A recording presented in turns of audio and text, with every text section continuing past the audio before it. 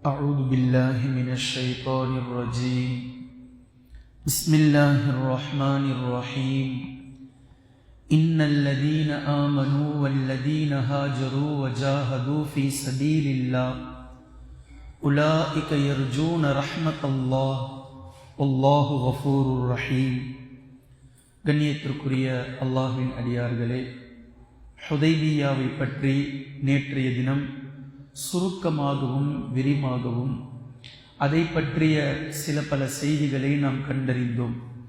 இந்த ஹுதைபியா மீண்டும் மீண்டும் சொல்கின்றேன், நபி ஸல்லல்லாஹு அலைஹி வஸல்லம் அவர்களுடைய வாழ்க்கை வரலாற்றில் ஏதோ ஒரு மற்ற சப்ஜெக்டுகளை போன்று கடந்து செல்லக்கூடிய விஷயம் அல்ல.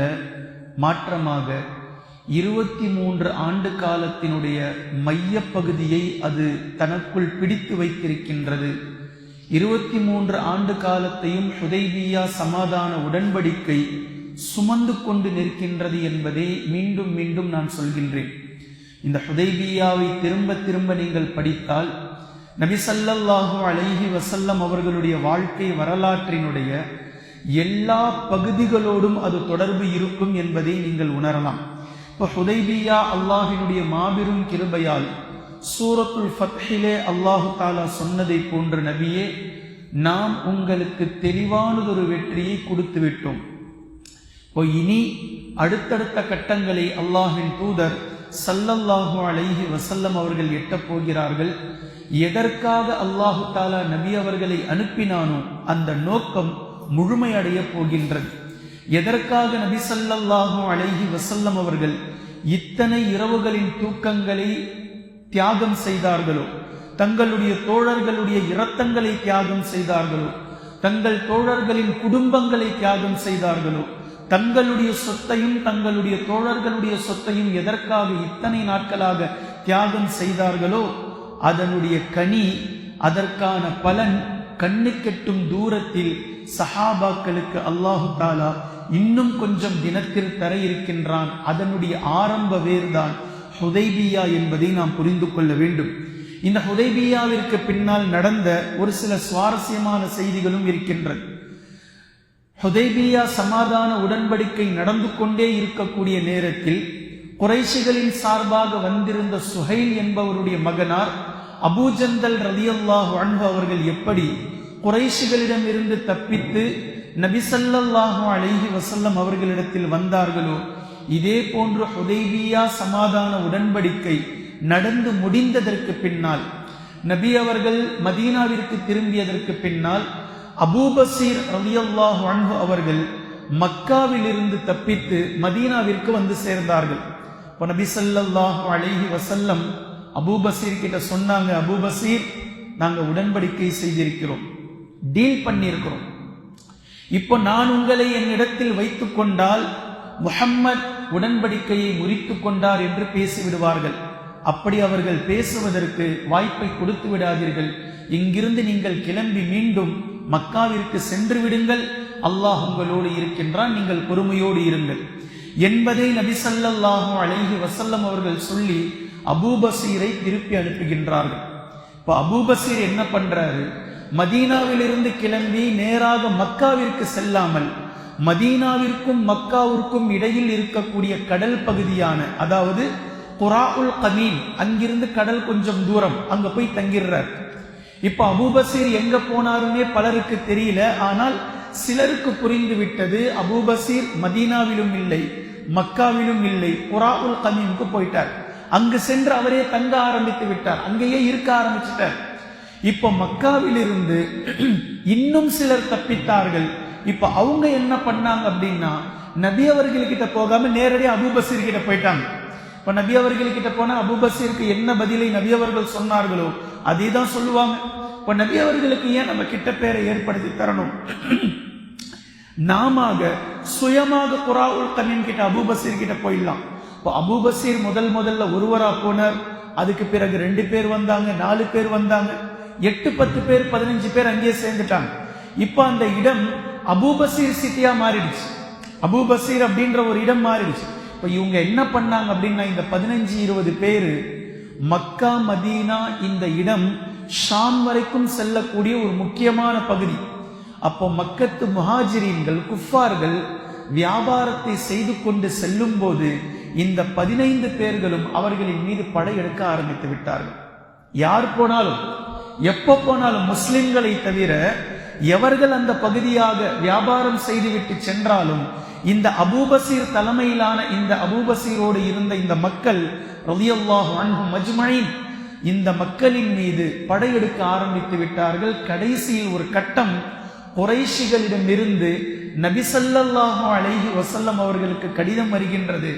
நாங்க எங்களுடைய அக்ரிமெண்ட்ல 4வதா ஒண்ணு போட்டோம்ல, தயவு செஞ்சு கையெடுத்துக்க முறோம், அதை அழிச்சிருங்க, உங்க ஆளுங்களை நீங்களே வச்சுக்கோங்க. யாராவது உங்களுக்கே தெரியாம இங்க இஸ்லாத்தை தழுவி இருந்தா உங்ககிட்ட அனுப்பி வச்சிடறோம், நீங்கள் அவர்களை வைத்துக் கொள்ளுங்கள், எங்க கிட்ட வேண்டாம் என்று சொல்லின அபூபசீர் அவர்களுடைய தலைமையிலான இந்த கூட்டத்தினுடைய இவர்களை தாக்கு பிடிக்க முடியல. குறைஷ் அவ்வளவு பலவீனப்பட்டுட்டாங்க. வியாபாரி கூட்டத்தார்களால் இந்த 15-20 பேரை தாக்கு பிடிக்க முடியல. ஏன்? இந்த சைடு ஈமான் இருக்கு, பலம் இருக்கு, கொள்கைக்காக வந்தவர்கள். இப்ப இதற்கு முன்னால் எல்லாமே தவிடுபிடி என்பதை அல்லாஹு தாலா மிக தெளிவாக ஆக்கி முடித்து விட்டான். கொஞ்சம் நாள் கூட இல்ல. எதை சஹாபாக்கள் கோபமுற்றார்களோ, அவர்கள் நம்மை முட்டாளாக்கி கொண்டிருக்கிறார்கள், இப்படி ஒரு தீர்மானத்தை போட்டு இப்படி ஒரு உடன்படிக்கை செஞ்சு அவங்க கிட்ட இருந்து வந்தா நாம திருப்பி அனுப்பிடணுமா, அதே நம்ம கிட்ட இருந்து போயிட்டா அவங்க வச்சுப்பாங்களா, இதெல்லாம் நான் உடன்படிக்கையா என்று எந்த விஷயத்தை கொண்டு சஹாபாக்கள் கோபித்தார்களோ, பட் அதே நேரத்தில் நபி ஸல்லல்லாஹு அலைஹி வஸல்லம் அவர்கள் அந்த உடன்படிக்கைக்கு செவிமடுத்தார்கள், செவிசாய்த்தார்கள். அதில் நபி அவர்களுக்கு தீர்க்கமான நம்பிக்கை இருந்தது அல்லாஹ்வின் மீது. அதை கொஞ்சம் நாளிலேயே அல்லாஹு தாலா அவர்களின் மூலமாகவே அந்த உடன்படிக்கையை முறித்துவிட்டு நபி ஸல்லல்லாஹு அலைஹி வஸல்லம் அவர்களுக்கு இந்த உடன்படிக்கையை இன்னும் சாதகமாக அல்லாஹு தாலா ஆக்கி முடித்து விட்டார். இந்த உடன்படிக்கைக்கு பின்புதான் ஹிஜ்ரி 7 அம்ர் இப்னுல் ஆஸ் ரலியல்லாஹு அன்ஹு, ஹாலித் பின் வலீத் ரலியல்லாஹு அன்ஹு, உஸ்மான் இப்னு தல்ஹா ரலியல்லாஹு அன்ஹு இவர்கள் எல்லாம் இஸ்லாத்தை தழுவிவிட்டார்கள். இந்த ஹுதைபியாவுக்கு பின்னால் இஸ்லாத்தை தழுவிவிட்டார்கள். இவங்க எல்லாருமே மிகப்பெரிய போர் வீரர்கள். இதில் ஹாலித் பின் வலீத் ரலியல்லாஹு அன்ஹு அவர்களை பற்றி சொல்லவே வேண்டாம். மிகப்பெரிய போர் வீரர், மிகப்பெரிய புத்தி கூர்மையானவர். போர்க்களத்தில் இவருடைய யூக சக்தி, யுக்தி எதிரி படைகளை குலை நடுங்க செய்யக்கூடிய அளவிற்கு திட்டம் தீர்ப்பவர். குறைஷிகளுடைய கூட்டத்தில் இருந்து கொண்டு உஹது களத்தில் நபி ஸல்லல்லாஹு அலைஹி வஸல்லம் அவர்களுக்கு மிகப்பெரிய குடைச்சலாக விளங்கியவர்கள். ஹாலித் பின் வலீத் அவர்களுடைய குதிரைப்படி நபி ஸல்லல்லாஹு அலைஹி வஸல்லம் அவர்களை கொல்வதற்காக கை கட்டும் தூரம் வரைக்கும் நெருங்கியது ஹாலித் பின் வலீத் ரலியல்லாஹு அன்ஹு அவர்களுடைய போர் யுக்தியின் காரணமாக. இவர்களுக்கு அல்லாஹு தஆலா ஹிதாயத்தை கொடுத்தான், இஸ்லாத்தை தழுவிவிட்டார்கள். இவர்கள் மதீனாவிற்கு வந்து இஸ்லாத்தை தழுவியதற்கு பின்னால் அல்லாஹ்வின் தூதர் ஸல்லல்லாஹு அலைஹி வஸல்லம் அவர்கள் இப்படி சொன்னார்கள், மக்காவினுடைய ஈர கொலைகளை அல்லாஹு தஆலா உங்களிடத்தில் அனுப்பி வைத்திருக்கிறான். மன்சாரி தோழர்களை பார்த்து சொன்னார்கள். மதீனாவில் இருக்கக்கூடிய ஒட்டுமொத்த சஹாபாக்களிடத்திலும் நபி அவர்கள் சொன்னார்கள், மக்காவினுடைய ஈர கொலைகளை அல்லாஹு தஆலா உங்களிடத்தில் அனுப்பி வைத்து விட்டான் என்று சொன்னார்கள். பின்பு இந்த அழகான சம்பவத்திற்கு பின்னால் ஹுதைபியா சமாதானம் ஹிஜ்ரி 6 வருடங்கள் நடந்து முடிந்தது. நபி ஸல்லல்லாஹு அலைஹி வஸல்லம் அவர்களுடைய ஒரு புதிய சகாப்தம் தொடங்கியது. இந்த ஹுதைபியா உடன்படிக்கை மிகப்பெரிய நெருக்கடியாக ஆனது. இஸ்லாமியர்களுக்கு 3 வகுப்பார் மிகப்பெரிய கொடைச்சல் கொடுப்பவர்களாக எப்போதும் இருந்து வந்தனர். ஒன்று குறைஷிகள், 2வது கத்ஃபான் என்ற கிளையினர்கள், 3வது யூதர்கள். இப்ப இந்த 3 பேருமே ஒடுக்கப்பட்டார்கள். இந்த 3 படைகள் தான் அளப்பெரிய குடைச்சலாக திகழ்ந்தது. 6 வருடத்தில் இந்த 3 நபர்களுடைய அவர்களுடைய யுக்திகளை நபி ஸல்லல்லாஹு அலைஹி வஸல்லம் அவர்கள் அடங்க செய்து விட்டார்கள் என்பதை வரலாற்றிலே நீங்கள் பார்க்கலாம். இப்போ நபி ஸல்லல்லாஹு அலைஹி வஸல்லம் அவர்களுடைய அடுத்த கட்ட நடவடிக்கை போர் என்ற இந்த விஷயத்தை தங்களுடைய இடது கைக்கு மாற்றிக்கொண்டார்கள். இப்போ வலது கையின் பக்கம், வலது பக்கத்தின் மூலம், அதாவது அதீதமாக நபி ஸல்லல்லாஹு அலைஹி வஸல்லம் அவர்கள் இப்போது 2 நடவடிக்கைகளை மிக நுட்பமாக எடுத்தார்கள். நம்பர் 1, அழைப்பு பணியில் தீவிரம் காட்ட தொடங்கினார்கள், தாவத் பணி. இப்ப இந்த தாவத் எந்த அளவுக்கு போகுதுன்னா, நபி அவர்கள் அப்கிரேட் ஆகுறாங்க. அப்கிரேட் ஆயிட்டு இது இஸ்லாம். என்ன? அடுத்த நாட்டு மன்னர்களுக்கும் ஆளுநர்களுக்கும் கடிதம் எழுத துவங்குகிறார்கள். நபி ஸல்லல்லாஹு அலைஹி வஸல்லம் அவர்கள், எவ்வளவு பெரிய வெற்றி இது, எவ்வளவு பெரிய வெற்றி. நல்லா யோசிக்கணும் இந்த இடத்துல. நபி ஸல்லல்லாஹு அலைஹி வஸல்லம் அவர்கள் மன்னர்களுக்கும் ஆளுநர்களுக்கும் இஸ்லாமிய தாவத் அழைப்பு பணி கடிதத்தை எழுத துவங்குகின்றார்கள். இது ஃபர்ஸ்டா நபி அவர்கள் எடுத்துக்கிட்டாங்க. இரண்டாவதாக போர் நடவடிக்கைகளை கையாண்டார்கள். மதீனா வந்தவுடன் போர் நடவடிக்கைகளை முதலாவதாக கையாண்டார்கள். ஹுதைபியா உடன்படிக்கைக்கு பின்னால் முதல் விஷயமாக அழைப்பு பணிகளில் தீவிரம் காட்டினார்கள். போர் நடவடிக்கைகளை இடப்பக்கமாக நகர்த்தி கொண்டார்கள். இப்ப இந்த நேரத்தில் கடிதம் எழுதப் போவது யாருக்கு? மிகப்பெரிய மன்னர்களாக திகழப் போகின்ற ரோம், பாரசீகம், கைசர் போன்ற நாடுகளுக்கு, மன்னர்களுக்கு கடிதம் எழுத போறாங்க. அந்த மன்னர்கள் கிட்ட யாரும் நெருங்க கூட முடியாது. இப்ப இந்த கடிதம் எல்லாம் சென்றால் அந்த கடிதத்தை அவர்கள் கண்டுக்கவே மாட்டாங்க. ஒரு மன்னர் யாருடைய கடிதத்தை மதிப்பு கொடுத்து பார்ப்பார் அப்படின்னா, இன்னொரு மன்னர் கிட்ட அந்த கடிதம் வந்திருக்கணும். யாரோ ஒரு மூன்றாம் நபர் எழுதக்கூடிய கடிதம் எல்லாம் மன்னர்கிட்ட போகவே போகாது. அந்த கடிதங்களை கண்டுக்கவே மாட்டாங்க. அப்போ அந்த கடிதம் எப்படி இருக்கணும் அப்படின்னா, ஒரு சீலோட இருக்கணும். என்ன சீல்? அந்த நாட்டு மன்னரிடம் இருந்துதான் இந்த கடிதம் வந்திருக்கின்றது என்று சீலோட இருக்கணும். எப்படி பாஸ்போர்ட் இந்தியாவினுடைய இந்த சீலோடு முத்திரையோடு அயல் நாடுகளுக்கு காண்பித்தாதான் உங்களுடைய நாடு உங்களை அங்கீகரித்தது, உங்களுடைய நாட்டினுடைய அரசாங்கத்தினுடைய அனுமதியோடு நீங்கள் வந்திருக்கிறீர்கள் என்பது பொருளோ, இதே போன்ற கடிதம் எடுத்து செல்லக்கூடிய கையில் இருக்கக்கூடிய கடிதம் இந்த நாட்டில் இருக்கக்கூடிய மிகப்பெரிய மன்னருடைய சீல் இருந்தாக வேண்டும். இப்ப இதற்குத்தான் நபி ஸல்லல்லாஹு அலைஹி வஸல்லம் அவர்கள் ஒரு மோதிரத்தை தயார் செய்கின்றார்கள். வெள்ளியிலான மோதிரம். இந்த மோதிரத்தில் 3 வரிகளை நபி ஸல்லல்லாஹு அலைஹி வஸல்லம் அவர்கள் பதிக்கிறார்கள். அந்த மோதிரத்தினுடைய தலைப்பகுதியில் அல்லாஹ், 2வது வரியில் ரசூல், 3வது வரியில் முஹம்மத். இப்ப இதை கீழிருந்து பார்த்தா முஹம்மது ரசூலுல்லாஹ், மேலிருந்து பார்த்தா அல்லாஹ் ரசூல் முஹம்மத். அதாவது அல்லாஹ்வின் தூதர் முஹம்மத். அல்லாஹ்வை முன்னிலைப்படுத்தி அல்லாஹ்வினுடைய தூதர் முஹம்மத் என்பதை வெள்ளியில் ஆன ஒரு மோதிரத்தில் அல்லாஹ்வின் தூதர் ஸல்லல்லாஹு அலைஹி வஸல்லம் அவர்கள் சீல் மோதிரமாக நபி அவர்கள் தங்களுடைய கையில் இந்த விரலில் அணிகின்றார்கள். இதிலிருந்து ஒரு சிறிய சட்டத்தை நாம் புரிந்து கொள்ள வேண்டும். நபி ஸல்லல்லாஹு அலைஹி வஸல்லம் அவர்களுடைய சுன்னாவை சரியாக பின்பற்றுபவர்கள் ஒரு மோதிரத்தை அணிந்து கொள்ளலாம். இந்த விரல்ல ஒரு மோதிரம். இதை தாண்டி நிறைய பேர் இன்னைக்கு பார்க்கிறோம். ஆண்களை நாம் பார்க்கிறோம், வெள்ளி செயின், கையில பிரேஸ்லெட், கச்சா முச்சான்னு சொல்லி இந்த விரல்ல அந்த விரல்ல மோதிரம். இது எல்லாமே சுன்னாவிற்கு மாற்றமானது. வெள்ளி அணியலாமே அப்படின்றதுக்காக வெள்ளியில ஒரு ஆம்பளை ட்ரெஸ் போடுறது, இந்த மாதிரி பிரேஸ்லெட் பெண்கள் வளையல் போடுற மாதிரி போட்டுக்கிறது, வெள்ளி காப்பு போடுறது, ஸ்டைலுக்காக இரும்பு காப்பு போடுறது, இது எல்லாவற்றையும் இஸ்லாம் அடியோடு வெறுக்கின்றது. ஒரு ஆணுடைய அடையாளத்தை இருப்பதை இஸ்லாம் அங்கீகரிக்கின்றது. ஒரு பெண்ணுக்கான அடையாளத்தோடு இருப்பதை இஸ்லாம் வரவேற்கின்றது. இந்த அடிப்படையில் யாரேனும் ஒருவர் நகை அணிந்து கொள்ள வேண்டும் என்று நினைத்தால் நபி ஸல்லல்லாஹு அலைஹி வஸல்லம் அவர்களுடைய சுன்னாவின் அடிப்படையில் ஒரு மோதிரத்தை இந்த கையில் அணிந்து கொள்ளலாம். 4-5 மோதிரம், பிரேஸ்லெட், கழுத்துல செயின், இவை அனைத்துமே பெண்களுக்கு ஒப்பானது.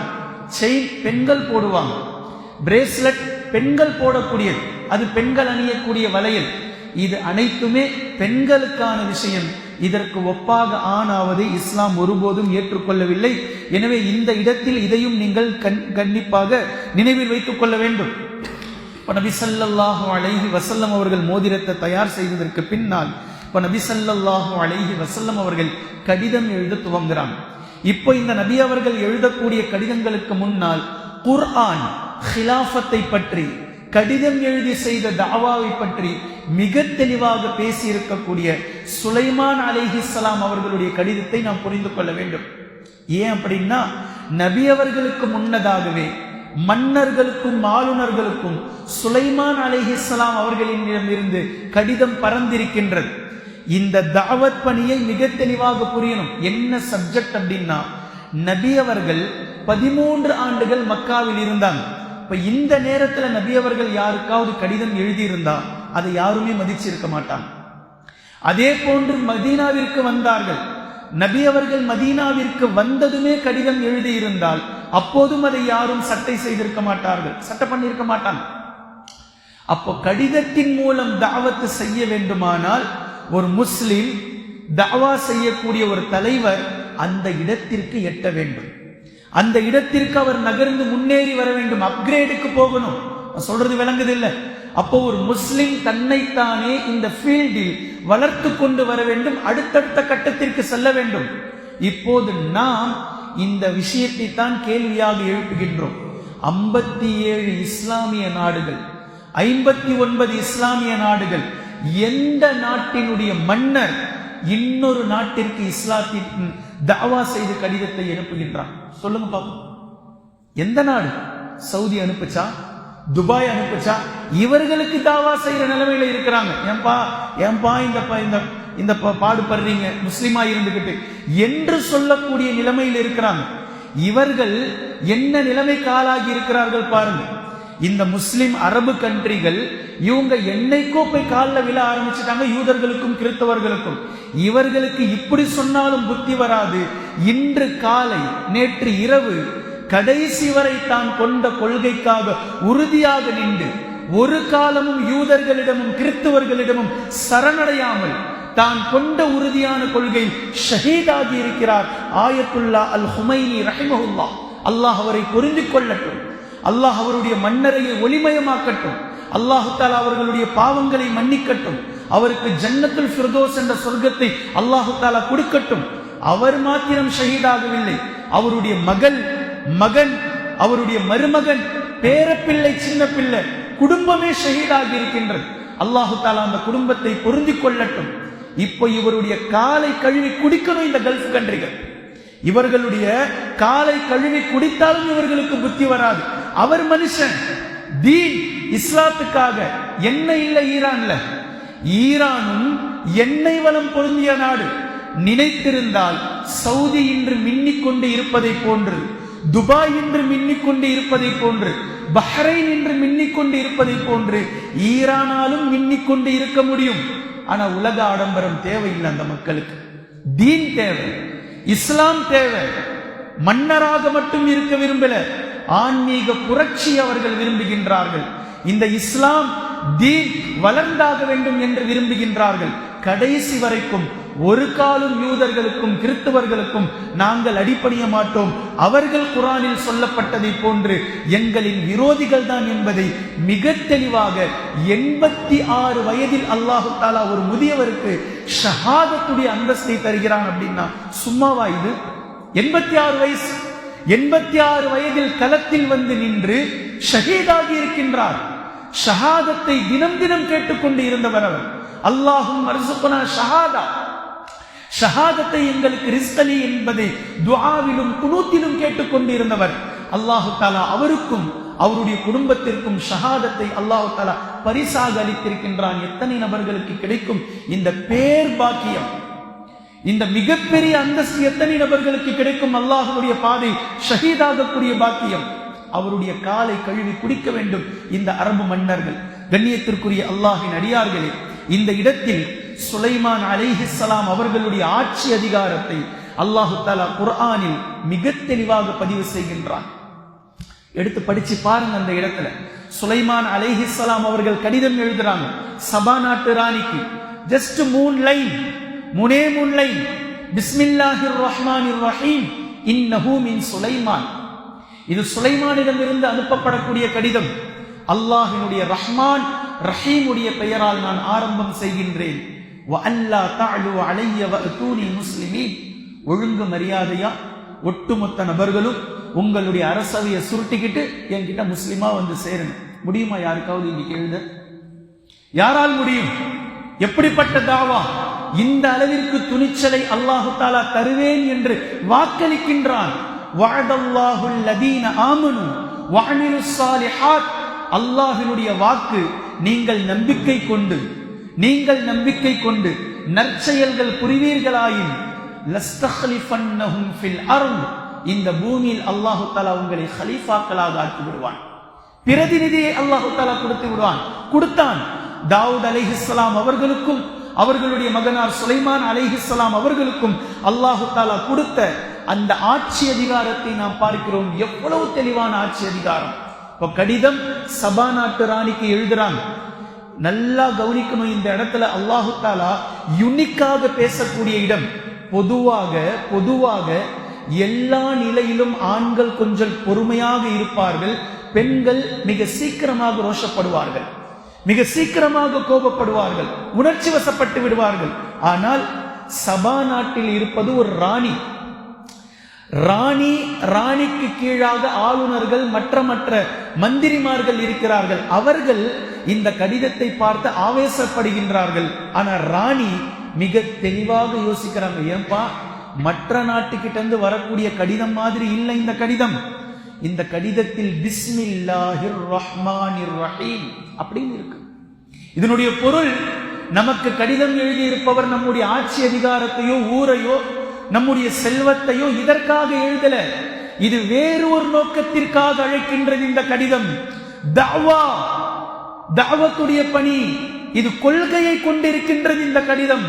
இதை நீங்க நினைக்கிற மாதிரி சும்மா கச்சாமுச்சான்னு சொல்லி முடிவெடுக்க முடியாது என்று மிக தெளிவாக சபா நாட்டு ராணி அந்த இடத்தில் ஆண்களை காட்டிலும் மிக தெளிவாக முடிவெடுத்த சம்பவத்தை அல்லாஹு தஆலா பதிவு செய்கின்றான்.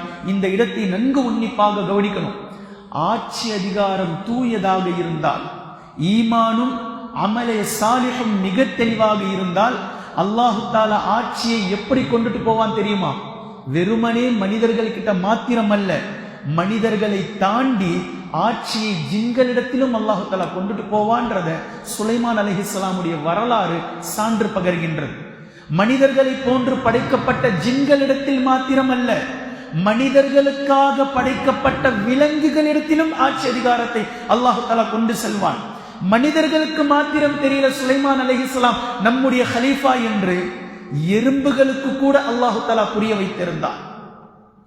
ஷயாத்தீன்களுக்கு அல்லாஹு தஆலா புரிய வைத்திருந்தான். நீங்க ஏத்துக்காம போங்க, சுலைமான் அலைஹிஸ்ஸலாம் அவர்களுக்கு நீங்கள் கட்டுப்பட்டு தான் ஆக வேண்டும். எப்படி ஒரு ஆட்சி அதிகாரம்! விலங்கினங்களுக்கு அல்லாஹு தஆலா அதை புரிய வைத்திருந்தான். பறவைகளுக்கு அல்லாஹு தஆலா அதை புரிய வைத்திருந்தான். கடல் மார்க்க உயிரினங்களுக்கு அல்லாஹு தஆலா அதை புரிய வைத்திருந்தான். உலகத்தில் இருக்கக்கூடிய ஒட்டுமொத்த உயிரினங்களும் சுலைமான் அலைஹிஸ்ஸலாம் அவர்கள் தான் நம்முடைய ஆட்சியாளர் என்பதை புரிந்து வைத்திருந்தார்கள். எவ்வளவு தெளிவான ஆட்சி! இப்படி அல்லாஹ் கொடுப்பான். எப்ப கொடுப்பான்? நீங்கள் தீனுக்காக பாடுபட்டால், நீங்கள் தீனுக்காக உயர்ந்தால், உங்களுடைய வாழ்வை தீனுக்காக நீங்கள் அர்ப்பணித்தால், அல்லாஹ் உலகத்தினுடைய ஒட்டுமொத்தத்தையும் சுருட்டி கொண்டு வந்து உங்களுடைய காலுக்கு கீழாக போட்டு விடுவான். சுலைமான் அலைஹிஸ்ஸலாம் அவர்களுக்கு போட்டதை போன்று, தாவூத் அலைஹிஸ்ஸலாம் அவர்களுக்கு போட்டதை போன்று. இதைத்தான் நபி ஸல்லல்லாஹு அலைஹி வஸல்லம் அவர்கள் கொஞ்சமாக 13 ஆண்டுகள் ஒரு விஷயம், பின்பு 6 ஆண்டுகள் அடுத்த கட்டம். யாருக்கு சொல்லி புரியலையோ அடிச்சு திருத்தினாங்க நபி ஸல்லல்லாஹு அலைஹி வஸல்லம் அவர்கள். இப்போ அப்கிரேட் ஆயிட்டாங்க. மக்கள் திரும்பி பார்க்க ஆரம்பிக்கிறாங்க. ரோம் பாரசீகம் எட்டி பார்க்க ஆரம்பித்திருக்கிறது. யார் அது? முஹம்மது ஏதோ தூதர்னு சொல்லிக்கிறாரு, லா இலாஹ இல்லல்லாஹ்னு சொல்றாரு, முஹம்மது ரசூலுல்லாஹ்னு சொல்றாரு. அந்த மாதிரி நாங்க நினைச்சு பார்த்துக்கிட்டு இருந்தோம். இப்போ சுற்றி இருக்கக்கூடிய மக்கள் எல்லாம் பார்க்க ஆரம்பித்து விட்டார்கள். முஹம்மது சாதாரண ஒரு ஏதோ ஒரு மன்னர் அல்ல, ஒரு தூதர் அல்ல. இவர் ஆன்மீகம் மற்றும் அரசியலில் ஒரு மிகப்பெரிய புரட்சியை செய்து கொண்டிருக்கிறார். இவரை சுற்றி மிகப்பெரிய ஒரு படைபலம் இருக்கின்றது. அந்த படைபலம் காசுக்காக கூடிய கூட்டம் அல்ல, செல்வத்திற்காக கூடிய கூட்டம் அல்ல. அந்த படைபலம் அவருக்காக, அவர் காட்டக்கூடிய கொள்கைக்காக தங்களுடைய உயிரையும், தங்கள் குடும்பத்தார்களுடைய உயிரையும், தங்களுடைய செல்வங்களையும் சொத்துக்களையும் முற்றாக அழிப்பதற்கு தயார் நிலையில் இருக்கின்றது அந்த கூட்டம். இப்படின்றத தெளிவா புரிஞ்சுக்கிட்டாங்க. இப்ப நபி அவர்கள் வெறுமனே ஒரு மன்னர் அல்ல, சாதாரண ஒரு சின்ன ஏதோ ஒரு சிறு குறு நில மன்னர் கிடையாது, மகா சக்கரவர்த்தியாக மாறிவிட்டார்கள். இப்போ லா இலாஹ இல்லல்லாஹ், அல்லாஹ் முஹம்மத் ரசூல் என்ற மோதிரத்தை நபி ஸல்லல்லாஹு அலைஹி வஸல்லம் அவர்கள் அணிந்தார்கள். முதல் கடிதம் எத்தியோப்பியா ஹபஷா மன்னர் நஜ்ஜாஷி அவர்களுக்கு அல்லாஹ்வின் தூதர் ஸல்லல்லாஹு அலைஹி வஸல்லம் அவர்கள் கடிதம் எழுதுகிறார்கள். அந்த கடிதத்தில் பிஸ்மில்லாஹிர் ரஹ்மானிர் ரஹீம் எப்படி சுலைமான் அலைஹிஸ்ஸலாம் எழுதினாங்களோ சேம் பிஸ்மில்லாஹிர் ரஹ்மானிர் ரஹீம், நான் அல்லாஹ்வினுடைய தூதர் முஹம்மதுர் ரசூலுல்லாஹ்வை. பின்பு அந்த கடிதத்தில் எழுதப்படுகின்றது, அல்லாஹ் ஒருவன் தான் இறைவன், அவன் தூயவன், அவனுக்கு மனைவி இல்லை, அவனுக்கு பிள்ளை குட்டிகள் இல்லை, அவன் தேவையற்றவன், அவன் நாயன். பின்பு அந்த கடிதத்தில் எழுதப்படுகின்றது, நீங்கள் இஸ்லாத்தை ஏற்றுக்கொள்ளுங்கள், அல்லாஹ் ஒருவனே வணக்கத்திற்குரியவன் என்றும் நான் அல்லாஹ்வினுடைய தூதராவேன் என்றும் நான் சாட்சி கூறுகின்றேன். இதை நீங்கள் ஏற்றுக்கொள்வீர்களேயானால் நீங்கள் ஈடேற்றம் பெறுவீர்கள். ஒருவேளை நீங்கள் ஏற்க மறுப்பீர்களேயானால் நீங்களும் உங்களுடைய சமூகமும் அல்லாஹ்வை விடுத்து வேறொரு தெய்வங்களை அல்லது ஈசா அலைஹிஸ்ஸலாம் அவர்களை வணங்கி செய்து கொண்டிருக்கக்கூடிய பாவத்திற்கு நீங்களே உங்களுடைய ஊர் மக்கள் செய்யும் பாவத்திற்கு பொறுப்புதாரி ஆவீர்கள் என்ற கடிதத்தை எழுதுகின்றார்கள். இப்போ இந்த கடிதத்தை சுருக்கமாக நான் சொல்லி இருக்கின்றேன். 8 கடிதங்களை நபி ஸல்லல்லாஹு அலைஹி வஸல்லம் அவர்கள் எழுதினார்கள் 8 மன்னர்களுக்கு.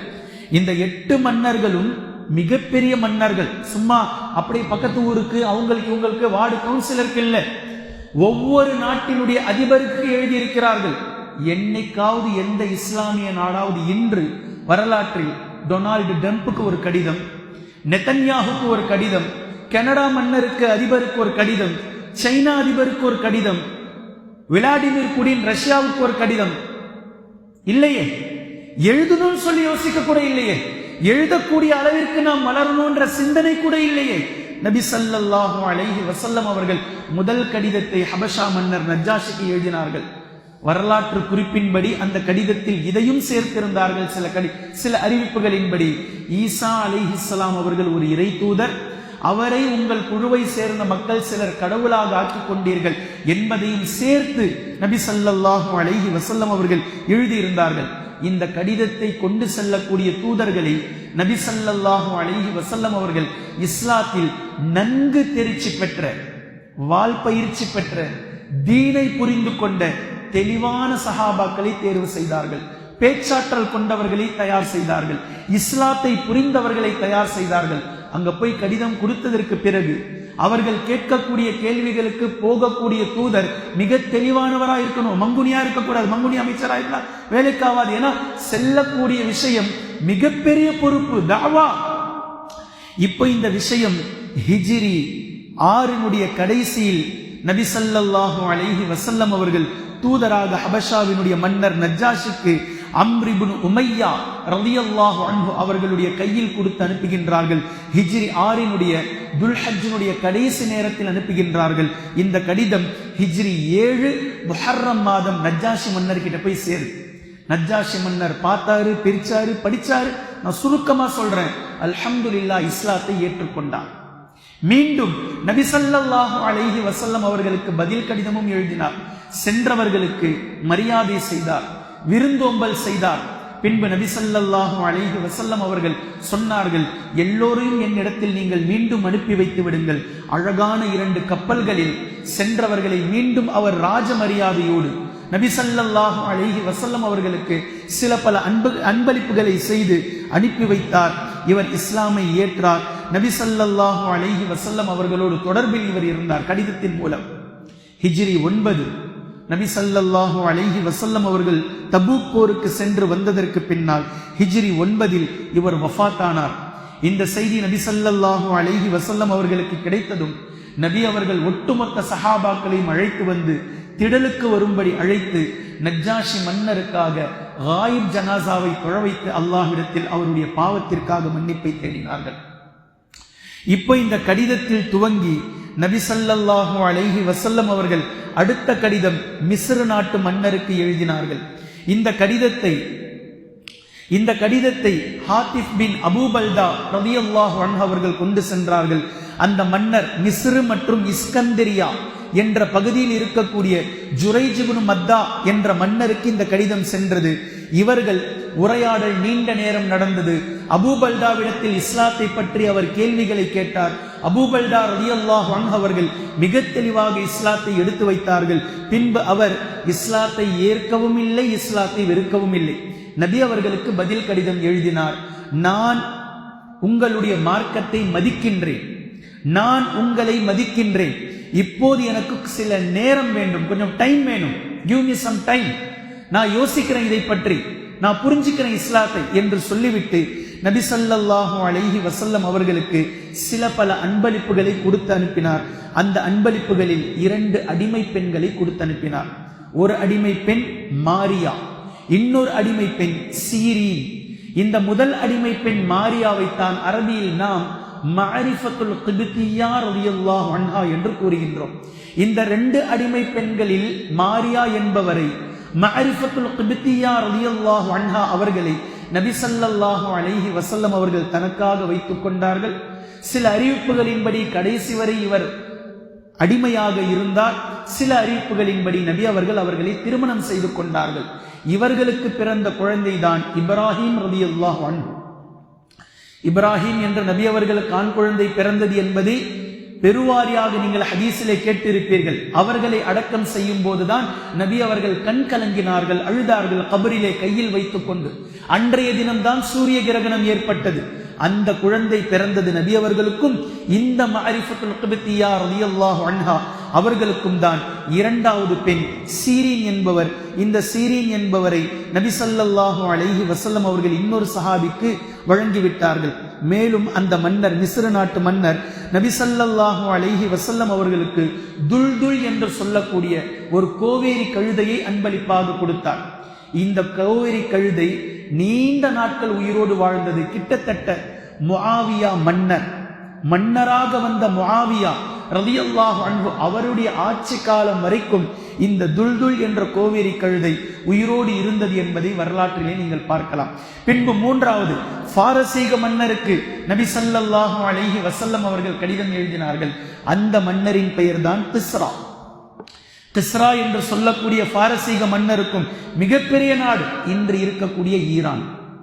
இப்போது ஈரானாக இருப்பது அப்போது நெருப்பு வணங்கிகளாக மஜூசிகளாக வாழ்ந்த பாரசீக மன்னர் கிஸ்ராவிற்கு அல்லாஹ்வின் தூதர் ஸல்லல்லாஹு அலைஹி வஸல்லம் அவர்கள் கடிதம் எழுதினார்கள். அப்துல்லா இப்னு ஷீதர் ரலியல்லாஹு அன்ஹு அஸ்ஸஹமி என்பவர்கள் இந்த கடிதத்தை கொண்டு சென்றார்கள். இவன் மிகப்பெரிய பெருமை பிடித்தவனாக இருந்தான். இந்த கடிதத்தை கிழித்து எறிந்தான், பெருமை கொண்டான், அகம்பாவம் கொண்டான். நபி ஸல்லல்லாஹு அலைஹி வஸல்லம் அவர்களுக்கு திருப்பி கடிதம் எழுதாமல் 2 வீரர்களை நபி ஸல்லல்லாஹு அலைஹி வஸல்லம் அவர்களிடத்தில் அனுப்பி வைத்தான். இவரை சென்று தூக்கிட்டு வாங்க அப்படின்னு சொல்லி அனுப்பி வச்சான். அப்ப அந்த 2 வீரர்களும் நபி ஸல்லல்லாஹு அலைஹி வஸல்லம் கிட்ட வந்தாங்க. தங்களுடைய விஷயத்தை சொன்னார்கள். உங்களை எங்களுடைய மன்னர் ஏற்றுக்கொள்ளவில்லை, உங்களை பிடித்து வரும்படி எங்களுடைய மன்னர் அனுப்பி வைத்திருக்கிறார். நபி ஸல்லல்லாஹு அலைஹி வஸல்லம் அவர்கள் புன்முறுவலோடு கூறினார்கள், நீங்க வெயிட் பண்ணுங்க, நாளைக்கு வந்து என்ன பாருங்க அப்படின்ட்டாங்க நபி அவர்கள். நபி ஸல்லல்லாஹு அலைஹி வஸல்லம் அவர்களுடைய வீரம் அப்படிலாம் யாரும் நெருங்கிட முடியாது. மன்னர் அம்சார் அப்படின்றதுக்காக வந்து நபி அவர்களை தூக்கிட்டா போயிட முடியும்? நபி ஸல்லல்லாஹு அலைஹி வஸல்லம் அவர்களுக்கு அல்லாஹ்வினுடைய பாதுகாப்பு இருக்கு. பின்பு சஹாபாக்களை கொண்டு அல்லாஹு தஆலா நபி ஸல்லல்லாஹு அலைஹி வஸல்லம் அவர்களை அலங்கரித்திருக்கின்றான். ஜிப்ரீல் அலைஹிஸ்ஸலாம் அவர்கள் பாதுகாப்பிற்காக இருக்கிறார்கள். அப்ப அந்த 2 வீரர்கள் வந்தாங்க, பம்பிக்கிட்டு பேசினாங்க, நீங்க நாளைக்கு வாங்க போங்க நபி அவர்கள் அனுப்பிட்டாங்க. அன்று இரவு எந்த மன்னன் நபி ஸல்லல்லாஹு அலைஹி வஸல்லம் அவர்களை பிடிச்சு வாங்கன்னு சொல்லி அனுப்பினானோ கிஸ்ராவினுடைய மகன் ஷீர்வைஹி என்பவனே தன்னுடைய தந்தையை கொன்றுவிட்டு ஷீர்வைஹி அன்று இரவு ஆட்சியில் அமர்ந்தான். மறுநாள் இந்த மக்கள் வந்தாங்க. இரவு என்ன நடந்தது என்று யாருக்குமே தெரியாது, அந்த இடத்தில் இருந்தவர்களை தவிர. ஆனா இங்க நபி அவர்களுக்கு ஜிப்ரீல் அலைஹிஸ்ஸலாம் அவர்கள் வஹி அறிவித்து விட்டார்கள், நேற்று இரவு இப்படி நடந்துருச்சு. இப்போ 2 பேரும் மறாவது நாள் வந்தாங்க. உங்களை கூப்பிட்டுட்டு வர சொல்லி மன்னர் சொன்னாரு, இப்ப கிளம்புறீங்களா? இப்ப நபி அவர்கள் சொன்னாங்க, முதல்ல உங்க மன்னர் இருக்கிறாரா? உங்களுடைய மன்னர் நேற்று இரவே செத்து மடிந்து விட்டார். உங்கள் மன்னருடைய மகன் ஷீர்வைஹி ஆட்சியில் வந்து விட்டார். உங்களுக்கு தெரியுமா செய்தி? அந்த 2 பேர் சொன்னாங்க, என்ன சொல்றீங்க நீங்க? உண்மையா? நீங்க செய்தி தெரிஞ்சுக்கங்க, முதல்ல செய்தியை கேள்விப்படுங்கள். இவர்கள் ஆராய்வதற்கு முன்னால் ஷீர்வைஹி என்பவர் கடிதம் எழுதிவிட்டார் 2 பேருக்கும். எப்பா நீங்க திரும்பி வந்துருங்க, மற்றதெல்லாம் அப்புறம் பார்த்துக்கலாம். ஏன்? அவர் தெளிவாக புரிந்திருந்தார் முஹம்மது யார். அல்லாஹ்வின் தூதர் ஸல்லல்லாஹு அலைஹி வஸல்லம் அவர்கள் யார் என்பதை நபி ஸல்லல்லாஹு அலைஹி வஸல்லம் அவர்கள் மிக தெளிவாக புரிந்திருந்தார்கள் என்பதை நீங்கள் வரலாற்றிலே பார்க்கலாம். பின்பு ரோம் நாட்டு மன்னருக்கு அல்லாஹ்வின் தூதர் ஸல்லல்லாஹு அலைஹி வஸல்லம் அவர்கள் கடிதம் எழுதினார்கள்.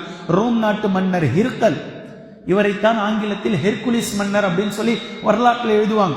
இப்போ இவர்களை திஹியா இப்னு ஹலீஃபா அல் கல்பி ரலியல்லாஹு அன்ஹு அவர்கள் இந்த கடிதத்தை எடுத்துச் சென்றார்கள்.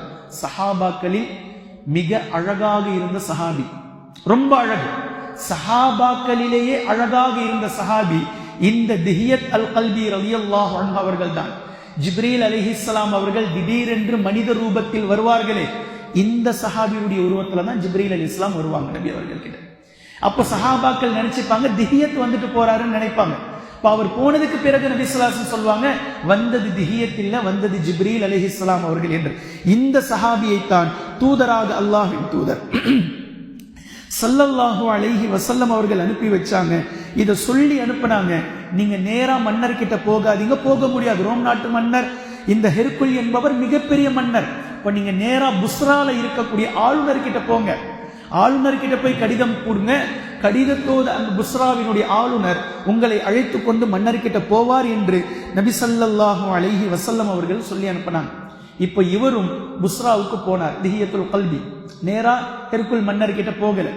இதே நேரம் குறைஷி குலத்தினுடைய தலைவர்களில் அபூ சுஃபியான் என்பவரும் அந்த புஸ்ராவினுடைய ஆளுநரை சந்திப்பதற்காக வந்திருந்தார். வரலாறு புரியுதா? இவர் கடிதத்தை எடுத்துக்கிட்டு தாவாவுக்கு போயிருக்கிறாரு. அதே நேரம் மக்காவிலிருந்து குறைஷினுடைய தலைவர் அபூ சுஃபியானும் வந்திருக்கிறார். இப்போ ரெண்டு பேரையும் சந்திக்கிறார் அந்த புஸ்ராவினுடைய ஆளுநர். சந்திச்சுட்டு திஹியத் என்ற சஹாபியை ஓரமாக அமரச்சிட்டு அபூ சுஃபியான் அழைச்சிக்கிட்டு போறாரு. இதை பத்திலாம் உங்களுக்கு தெரியுமா? திஹியத் இப்படி கடிதத்தை எடுத்துக்கிட்டு முஹம்மதை தூதராக ஏற்றுக்கொள்ளணும் அப்படின்ற கான்செப்ட்ல வந்திருக்கிறாரே, இந்த சப்ஜெக்டை பற்றி உங்களுக்கு தெரியுமான்னு சொல்லி கேட்கிறார். ஆமா, எங்களுக்கு தெரியும். அப்போ அபூ சுஃபியான் கிட்ட சில கேள்விகளை அந்த மன்னர் கேட்கிறார், ஆளுநர் கேட்கிறார். ஃபர்ஸ்ட் கேள்வி, முஹம்மத் தூதர் என்று சொல்கிறாரே, இவருடைய குடும்பத்தை பற்றி எனக்கு சொல்லுங்கள். எங்களிலே மிக உயர்வான குடும்பத்தை சேர்ந்தவர், குறைஷி பனு ஹாஷிமி கிளையை சேர்ந்தவர் அவர். அப்படியா? சரி. அவர் என்ன சொல்றார்?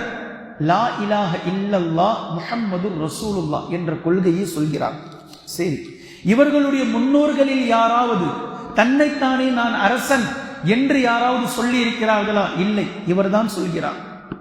சரி, 40 வயசுல தான் இதை சொல்றார். 40 வயதிற்கு முன்னதாக இவர் பொய் பேசி இருக்கிறாரா? இல்ல, பேசவே இல்லை. 40 வருஷங்களா பேசவே இல்லை. சரி, ஓகே. இவரை பின்பற்றுபவர்கள் உயர்வானவர்களா எளியவர்களா? எளியவர்கள் மாத்திரமே இவரை பின்பற்றிக் கொண்டிருக்கிறார்கள். சரி, பின்பற்றுபவர்கள் கூடிக்கொண்டே செல்கிறார்களா அல்லது குறைகிறார்களா? இல்லை, கூடிக்கொண்டே செல்கிறார்கள், அதிகரித்துக் கொண்டே இருக்கின்றனர். சரி, இஸ்லாத்தை ஏற்றுக்கொண்டவர்கள் மீண்டும் அந்த கொள்கை பிடிக்கவில்லை என்று முர்த்ததுகளாக வெளியே வருகிறார்களா? இல்லையா, வரதில்லை. யார் அதுல போறாங்களோ ஐக்கியமாயிடுறாங்க. சரி, இவர் மோசடி செய்திருக்கிறாரா? மோசடி எங்களோடு செய்ததில்லை. சரி, இவர் என்ன கட்டளை கொடுக்கின்றார்? அல்லாஹ் ஒருவனையே வணங்க வேண்டும், என்னை தூதனாக ஏற்றுக்கொள்ள வேண்டும், நான் அமீராக இருப்பேன், நீங்கள் என்னை பின்பற்ற வேண்டும், உறவு முறைகளை இரத்த பந்தங்களை சேர்ந்து வாழ வேண்டும், மோசடி செய்யக்கூடாது என்ற நற்போதனைகளை எங்களுக்கு கட்டளையிடுகின்றார். இவ்வளவும் கேள்வியா அந்த புஸ்ராவினுடைய ஆளுநர் கேட்டாரு. அபூ சுஃபியான் பதில் சொன்னார், உண்மை பேசினார். அபூ சுஃபியான் கிட்ட இவர் என்ன பதிலை சொன்னாரோ அந்த பதிலிலிருந்தே ஆளுநர் திருப்பி பேசுறாரு. என்ன குடும்பம் சொல்லி நான் கேட்டேன், நல்ல குடும்பம் என்று நீங்கள் சொல்கிறீர்கள்.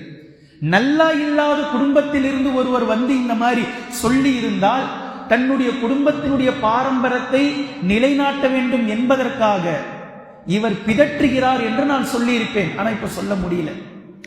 அதே போன்று வேறு ஏதாவது இவர் சொல்லி இருந்தால் இவர் ஏதோ தன்னுடைய புகழுக்காக பேசுகிறார் என்று சொல்லி இருப்பேன். ஆனால் வணக்கத்திற்குரியவன் அல்லாஹ்வை தவிர வேறு யாரும் இல்லை, நான் அல்லாஹ்வினுடைய தூதராவேன் என்று சொல்கின்றார். கொள்கையை கொண்டு வந்து முன்னிறுத்துபவரை எதில் கொண்டு நாம் சேர்க்க முடியும்? அவர் பதில் சொல்றார், முன்னோர்களில் யாராவது அரசர் என்று பிதற்றி இருக்கிறார்களா என்று கேட்டேன்.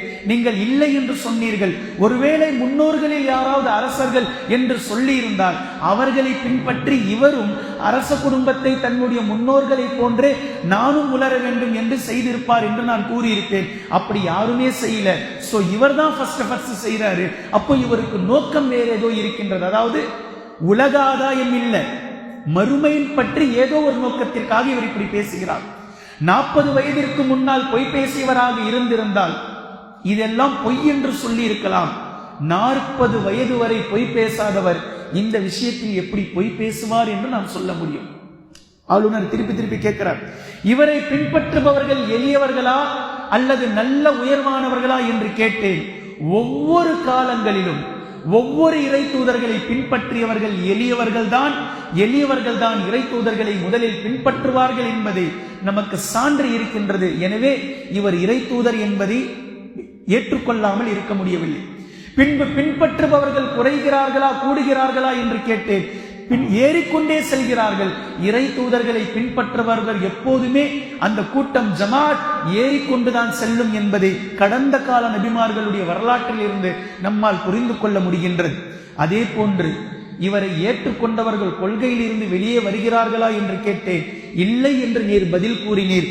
அப்படி என்றால் நிச்சயமாக எந்த மனிதர்களும் செல்வத்திற்காகவோ பெண்களுக்காகவோ வசதி வாய்ப்புக்காகவோ ஆடம்பரத்திற்காகவோ அரசவைக்காகவோ அந்த கூட்டத்தில் சேரவில்லை, கொள்கைக்காக சேர்ந்திருக்கிறார்கள் என்பதை புரிந்து கொள்ள முடிகின்றது. மோசடி செய்திருக்கிறாரா என்று கேட்டேன். இல்லை என்றீர்கள். இறை தூதர்கள் ஒருபோதும் மோசடி செய்ய மாட்டார்கள். அவர் இறை தூதர் தான். பின்பு என்ன கட்டளையிடுகிறார் என்று கேட்டேன். வணக்கத்திற்குரியவன் அல்லாஹை தவிர வேறு யாரும் இல்லை, நல்லவைகளை சொல்கின்றார் என்று கூறினீர். நல்லவைகளை இறை தூதர்கள் நிச்சயமாக சொல்கிறார். அவர் இறை தூதர் தான், அதில் மாற்றம் இல்லை. அவர் இறை தூதர் தான். ஆனால் அவர் இஸ்ரவேலர்களிலிருந்து வருவார் என்று நான் எதிர்பார்த்தேன். ஆனால் உங்களுடைய சமூகத்தில் இருந்து அரபு குலத்தில் இருந்து அவர் வந்திருக்கிறார் என்பதை நான் நினைத்து கூட பார்க்கவில்லை என்பதை மிக தெளிவாக சொல்லிவிட்டு பின்பு திஹ்யா கல்வி ரலியல்லாஹு அன்ஹு அவர்கிட்ட வந்து கடிதத்தோடு மன்னர் கிட்ட கூப்பிட்டு போற இவர் ஆளுநர். மன்னர் பார்த்தாரு, நடந்த எல்லாவற்றையும் பேசினார். எல்லாவற்றையும் பேசியதற்கு பின்னால் அவர் சொன்னார், நிச்சயமாக அவரே அரசாளுவார். சொல்லப்பட்ட செய்திகள் எல்லாம் உண்மை என்றால் முஹம்மத் கூடிய சீக்கிரம் அவரே அரசாளுவார். நான் அவருக்கு அருகாமையில் இருந்தால், யார் பேசுறா? ஹெர்குலிஸ் மன்னர் பேசுறார். இப்போ நான் சொல்வதை வரலாற்றில் நீங்க பார்க்க முடியாது. முஹம்மது நபி ஸல்லல்லாஹு அலைஹி வஸல்லம் அவர்களுடைய வரலாற்றை எடுத்து பாருங்கள். ஹெர்குலிஸ் மன்னர் சொல்றாரு, நான் அவருக்கு பக்கத்தில் இருந்தால் முஹம்மதுடைய காலை கழுவுவேன். ஹெர்குல் மன்னர் பேசுறார், கடிதத்தில் இருக்கு, நான் அவருடைய காலை கழுவுவேன் என்று சொல்லி இந்த கடிதத்தை நபி ஸல்லல்லாஹு அலைஹி வஸல்லம் அவர்களுடைய கடிதத்தை படித்து முடிக்கும் போது அரசவையில் மிகப்பெரிய கூச்சல் கிளம்புகின்றது. என்ன கூச்சல்? அபூ சுஃபியானை வெளியேற்றுங்கள். அபூ சுஃபியான் மிகப்பெரிய எதிரி, அபூ சுஃபியான் ஒரு நயவஞ்சகர், அபூ சுஃபியான் ஒரு மோசமானவர் என்று அங்கு கூச்சல் கிளம்புகின்றது. அபூ சுஃபியான் ஹிர்கலுடைய மன்னருடைய அந்த அரசவையில் இருந்து வெளியேற்றப்பட்டார். இத அபூ சுஃபியானே சொல்கின்றார் இஸ்லாத்தை தழுவியதற்கு பின்னால். ரலியல்லாஹு அன்ஹு, அல்லாஹு தஆலா அவருடைய பாவங்களை மன்னிக்கட்டும், அவரை பொருந்திக் கொள்ளட்டும்.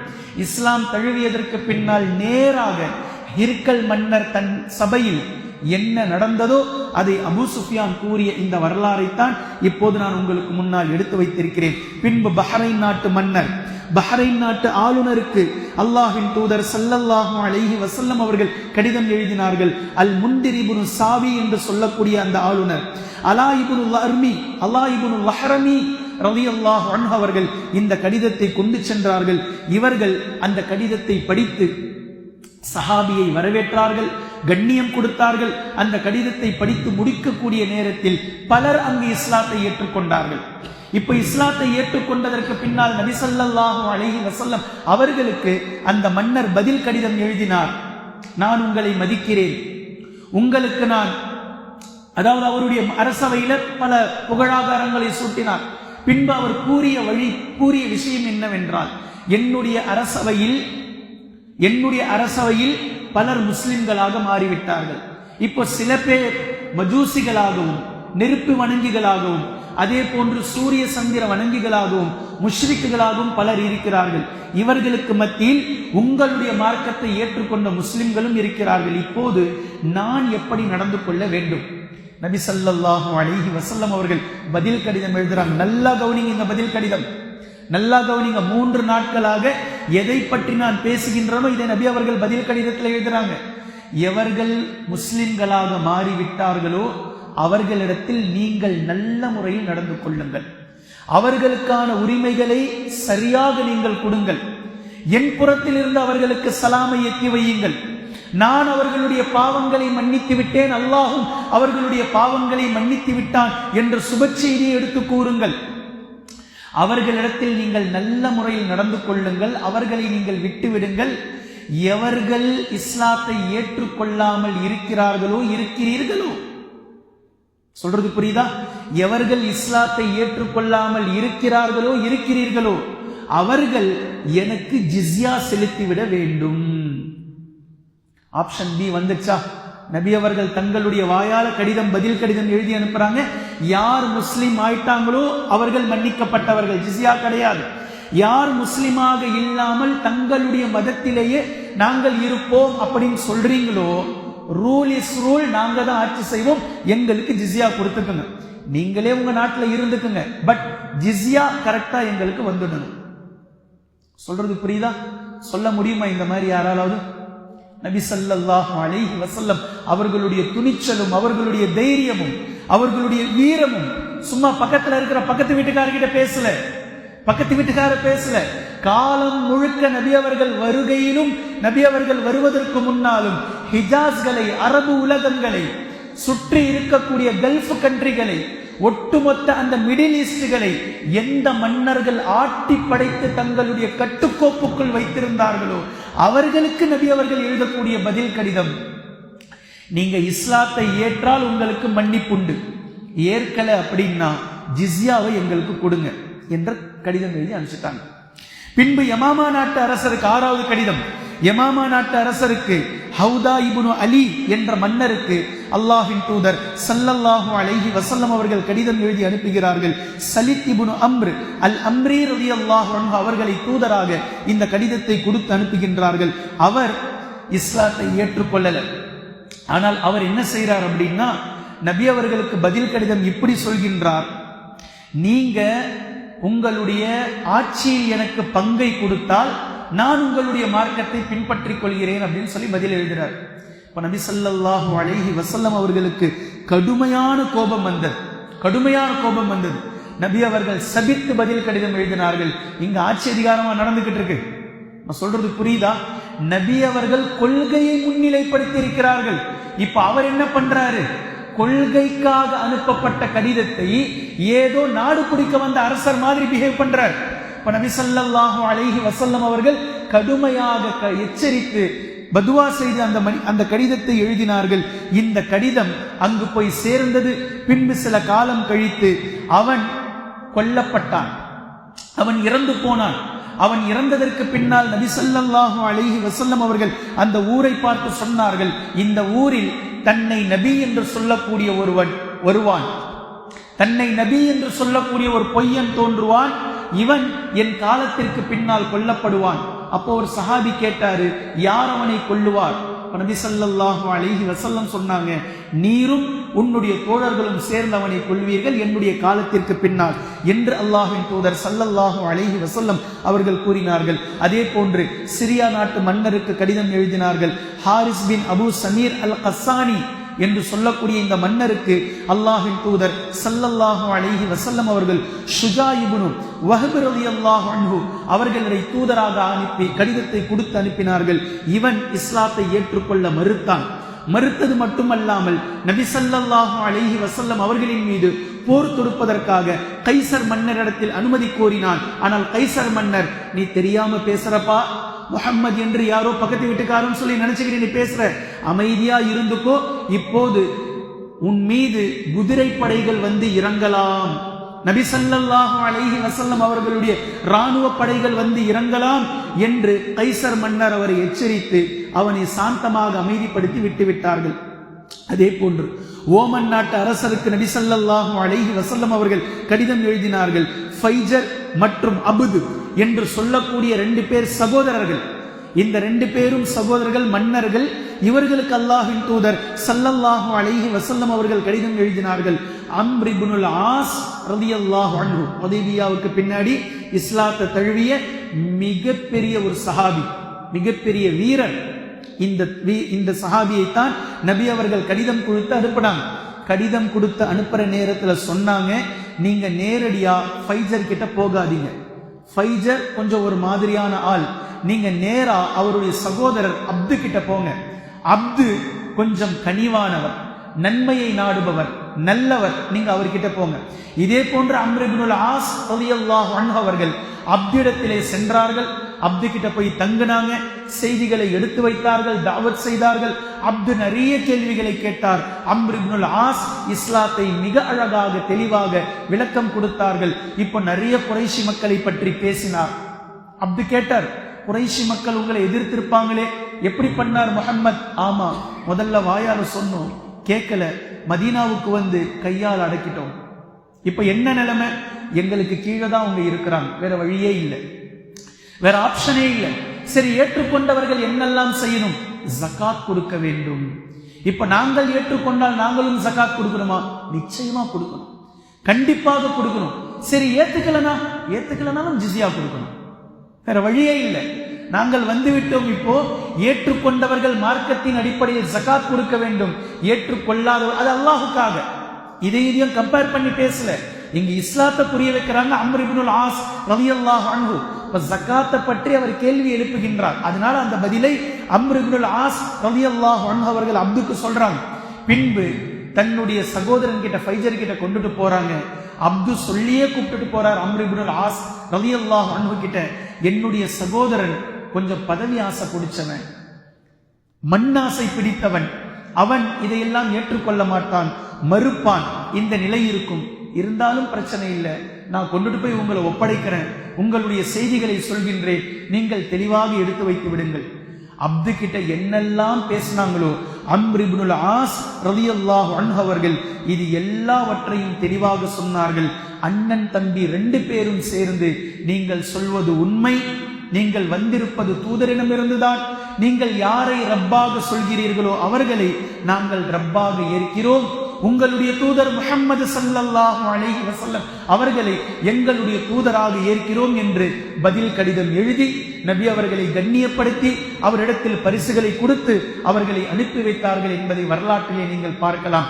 கடிதங்களுடைய சுருக்கத்தை நான் சொல்லியிருக்கின்றேன்.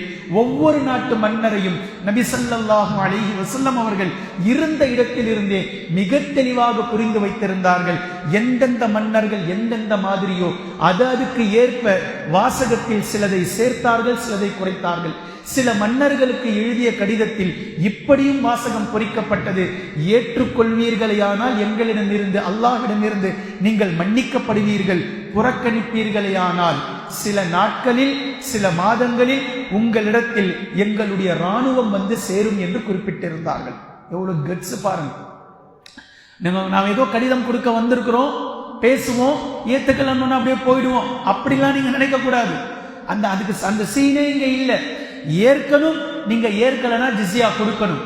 இத ரெண்டையும் நீங்க செய்ய மாட்டீங்கன்னா சமயம் பார்த்து நேரம் பார்த்து எங்களுடைய இராணுவம் உங்களிடத்தில் வந்து சேரும் என்பதை மிக தெளிவாக அந்த கடிதத்தில் அல்லாஹ்வின் தூதர் ஸல்லல்லாஹு அலைஹி வஸல்லம் அவர்கள் பதிந்து தங்களுடைய முத்திரையை இட்டு கடிதத்தை அனுப்பி வைத்தார்கள்.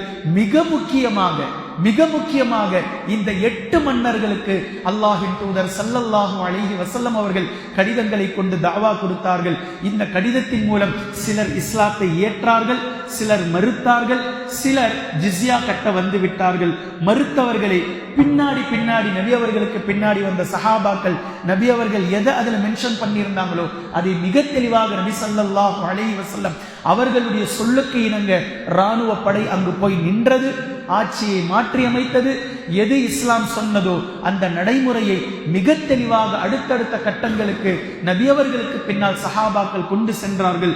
ஹுதைபியாவிற்கு பின்னால் இரண்டாவது கட்டம், புதிய சகாப்தத்தை நபி ஸல்லல்லாஹு அலைஹி வஸல்லம் அவர்கள் வரலாறு படைத்தார்கள். பின்பு அதற்கு அடுத்தடுத்து நபி அவர்கள் எப்படி கொண்டு சென்றார்கள் இந்த தீனை என்பதை இன்ஷா அல்லாஹ் நாம் தொடர்ந்து பார்க்கலாம். குர்ஆனையும் ஹதீஸையும் தெளிவாக விளங்கக்கூடிய நன்மக்களாகவும் அதை நடைமுறைப்படுத்தக்கூடிய மக்களாகவும் அல்லாஹ் நம்மை ஆக்குவானாக. சுப்ஹானக்கல்லாஹும்ம பிஹம்திக அஷ்ஹது அல்லா இலாஹ இல்லா அன்த அஸ்தக்ஃபிருக வ அத்தூபு இலைக்.